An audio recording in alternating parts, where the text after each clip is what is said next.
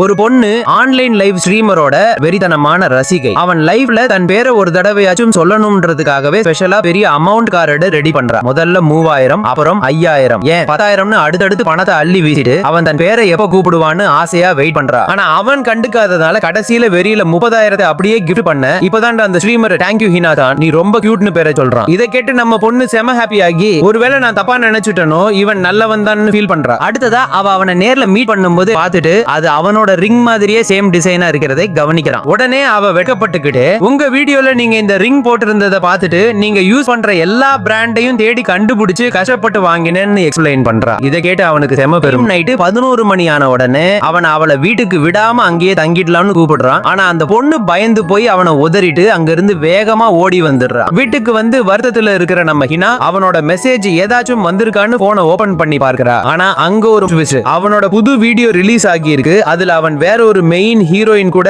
Lovers மாதிரி ஜாலியா dating போற வீடியோவை அப்லோட் பண்ணி வச்சிருக்கான். இதை பார்த்து நம்ம பொண்ணு அப்படியே ஷாக் ஆகி நிக்கிறா.